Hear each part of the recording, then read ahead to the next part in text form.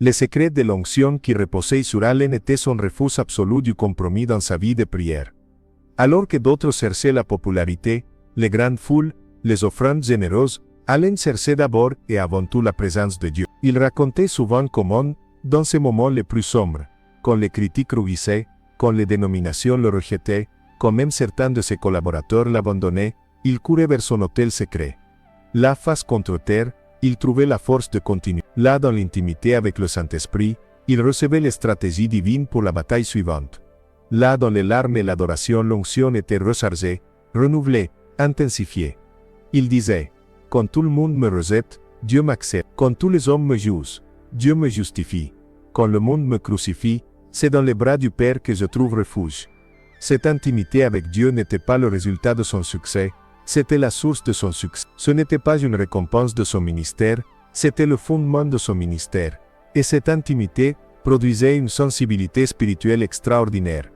Allen pouvait discerner les esprits avec une précision chirurgicale. Il savait quand quelqu'un dans l'assemblée était sous oppression démoniaque, même si cette personne souriait et chantait les cantiques. Il pouvait identifier les maladies par une parole de connaissance avant même que les gens ne mentionnent leur symptômes. Il percevait les intentions cachées, les motivations secrètes, les agendas déguisés. Cette capacité de discernement n'était pas un don qu'il avait reçu automatiquement, c'était le fruit de longues heures passées en présence de Dieu, où son esprit avait été entraîné, affiné, aiguisé comme une épée spirituelle. Combien de prédicateurs aujourd'hui cherchent les dons sans chercher le donneur? Combien veulent la puissance sans vouloir la présence? Combien désirent les miracles sans désirer l'intimité? Allen comprenait que dans le royaume de Dieu il n'y a pas de raccourci, pas de formule magique, pas de technique secrète. Il n'y a qu'un chemin, mourir à soi-même, se consacrer totalement, payer le prix jour après jour, et laisser Dieu faire le reste. Un autre témoignage marquant de son ministère illustre parfaitement cette réalité. Une jeune femme, que nous appellerons Sarah, était venue à une réunion d'Allen complètement désespérée. Elle souffrait de schizophrénie depuis son adolescence, avait été hospitalisée à de nombreuses reprises, avait essayé tous les médicaments disponibles sans aucune amélioration durable.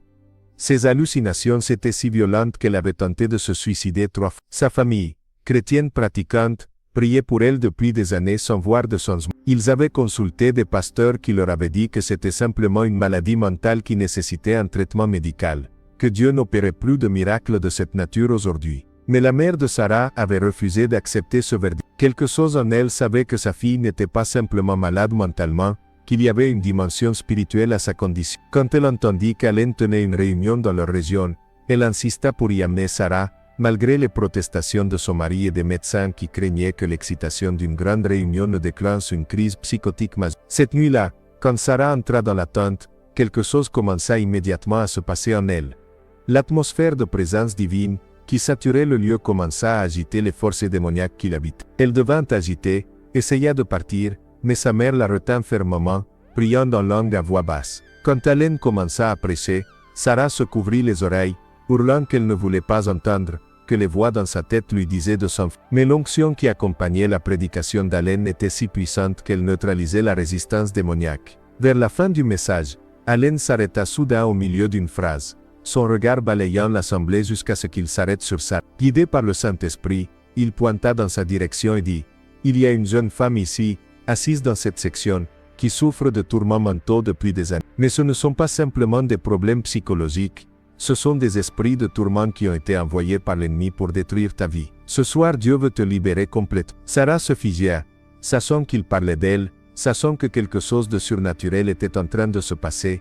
Allen lui fit signe d'avancer, et malgré la résistance qui bouillonnait en elle, elle se leva et commença à marcher vers l'estrade comme poussée par une force invisible. Quand elle arriva devant Allen, avant même qu'il ne pose ses mains sur elle, elle s'effondra au sol, son corps secoué par des convulsions similaires à celles que l'homme possédé avait expérimentées. Allen, sans peur, sans hésitation, se pencha sur elle et commença à commander aux esprits de tourment, de folie, de suicide, de peur de quitter cette jeune femme au nom de Jésus. La bataille dura près d'une demi-heure, mais Allen ne lâcha jamais prise. Il continuait à déclarer la victoire de la croix, à invoquer le sang de l'agneau, à proclamer la liberté en Christ. Et finalement, Sarah ouvrit les yeux, se releva lentement, et pour la première fois depuis des années, son regard était clair, paisible, lucide. Elle regarda Allen, puis sa mère qui pleurait dans l'assemblée, et avec une voix tremblante, mais claire, elle dit, « Les voix ont disparu. Pour la première fois depuis aussi longtemps que je me souvienne, il n'y a que du silence dans ma tête.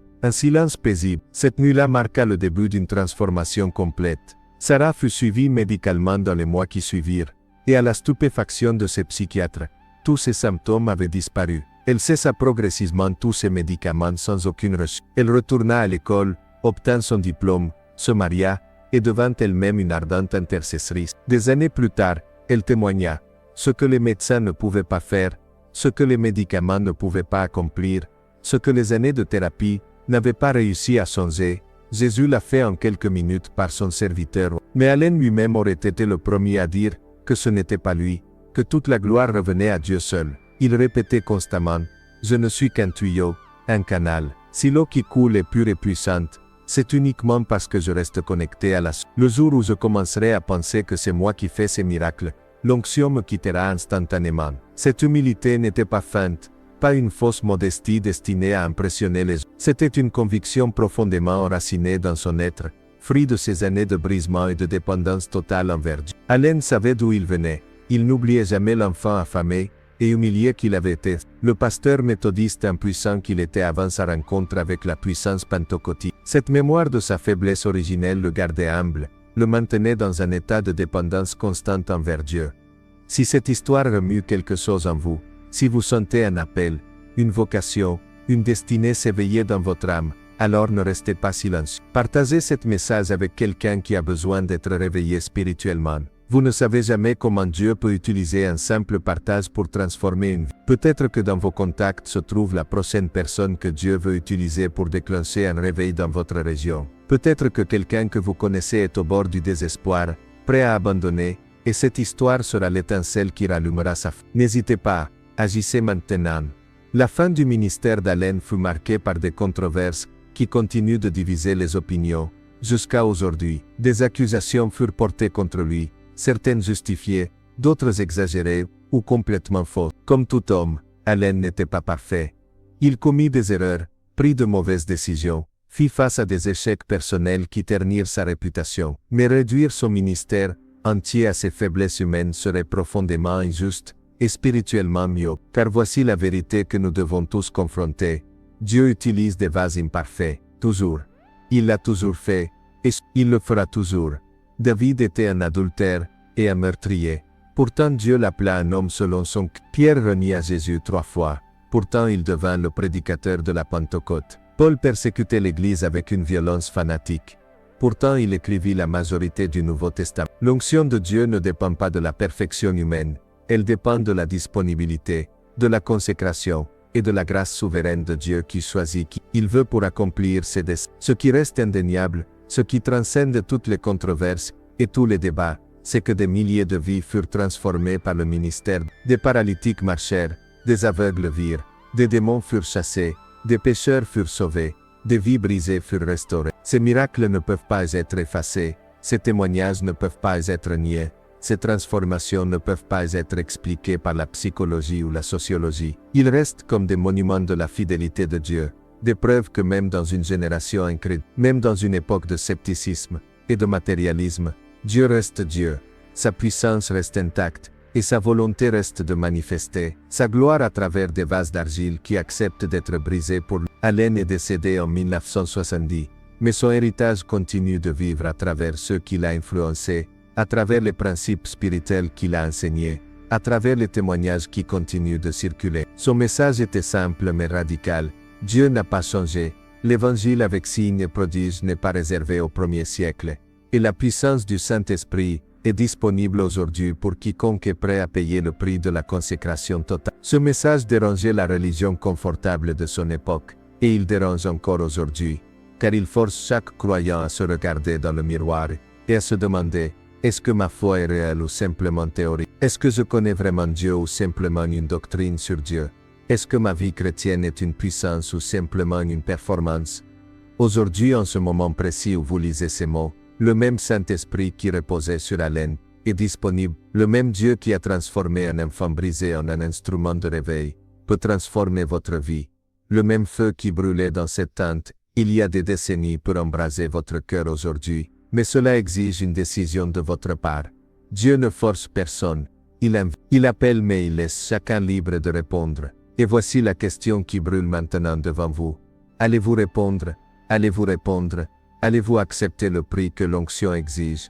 Allez-vous abandonner la tiédeur confortable pour poursuivre le feu qui consume? Allez-vous choisir la présence de Dieu même si cela vous coûte la respectabilité religieuse? Allez-vous prier, jeûner, pleurer, agoniser dans le secret pour voir Dieu se manifester dans votre génération? Laissez un amen dans les commentaires si vous croyez que ce mouvement de puissance peut se reproduire aujourd'hui, que Dieu cherche encore des hommes et des femmes, qu'il peut remplir de son esprit, des vases qu'il peut utiliser pour secouer les nations. Votre amen n'est pas juste un mot, c'est une déclaration de foi, c'est un accord avec le ciel, c'est une semence que vous plantez dans le champ spirituel. Haleine et du culte qu'aucun journal n'a osé publier nous rappelle une vérité essentielle. Le monde ne peut pas contenir la gloire de Dieu. Les médias ne peuvent pas la capturer, les sceptiques ne peuvent pas l'expliquer, les religieux ne peuvent pas la contrôler. Quand Dieu décide de se manifester, quand il choisit de déchirer les cieux et de descendre, toutes les structures humaines, tous les systèmes de pensée, toutes les institutions établies tremblent, parce que sa présence expose notre vide, sa puissance révèle notre impuissance, sa gloire dénonce notre orgueil. Et c'est précisément pourquoi tant de jeunes, même dans l'Église, résistent au véritable mouvement de Dieu. Parce qu'accepter sa puissance signifie renoncer à notre contrôle. Embrasser sa présence implique abandonner nos programmes bien ordonnés. Recevoir son feu exige que nous soyons prêts à être consumés. Mais pour ceux qui ont soif, pour ceux qui sont affamés, pour ceux qui refusent de se satisfaire d'une religion morte et d'une foi sans puissance, le message reste le même. Dieu cherche encore. Il cherche des adorateurs en esprit et en vérité, des intercesseurs qui se tiennent dans la brèche, des prophètes qui osent crier dans le désert, des évangélistes qui proclament l'évangile complet avec signes qui l'accompagnent, des pasteurs qui nourrissent le troupeau non pas de philosophie humaine, mais de la parole vivante, des croyants ordinaires qui deviennent des vases extraordinaires, remplis d'une puissance surnaturelle. Il cherche des jeunes qui ne craignent pas la moquerie, qui ne reculent pas devant l'opposition, qui ne compromettent pas devant les menaces, qui ne se vendent pas pour l'approbation des hommes. Vous sentez cet appel, vous percevez cette invitation divine qui résonne dans les profondeurs de votre être. Alors ne laissez pas passer, ne permettez pas à la peur, au doute, à la logique humaine ou à l'opinion des autres d'étouffer ce que Dieu est en train d'allumer en vous. Ce moment même, alors que vous êtes encore sous l'influence de cette histoire, est un moment stratégique. C'est une fenêtre divine qui s'ouvre, une opportunité que vous devez saisir avant que le quotidien ne reprenne ses droits et n'endorme à nouveau votre passion. Levez-vous maintenant, où que vous soyez, et déclarez à haute voix: Seigneur, je refuse la médiocrité spirituelle. Je veux connaître ta puissance authentique. Je suis prêt à payer le prix. Remplis-moi de ton esprit, embrase-moi de ton feu, utilise-moi pour ta gloire. Et puis, une fois que vous avez fait cette déclaration, maintenez-la par des actions concrètes. Commencez à prier comme vous n'avez jamais prié auparavant. Pas des prières rituelles et mécaniques, mais des cris du cœur qui perçant les cieux. Commencez à jeûner, à vous séparer des distractions mondaines pour vous concentrer sur Dieu.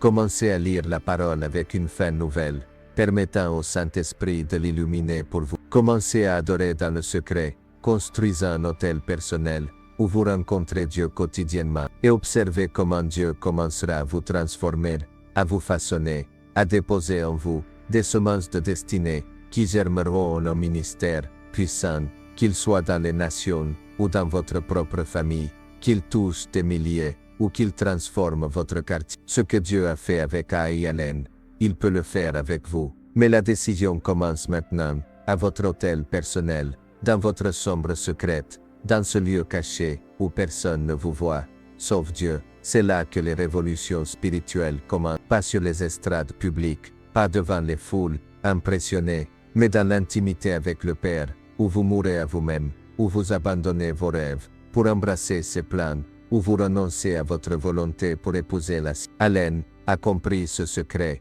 et c'est ce qui a fait de lui un canal de puissance. Allez-vous comprendre la même chose? L'histoire attend votre réponse. Le ciel observe votre décision, et le monde, qu'il le sache ou non, a désespérément besoin que vous disiez oui à Dieu.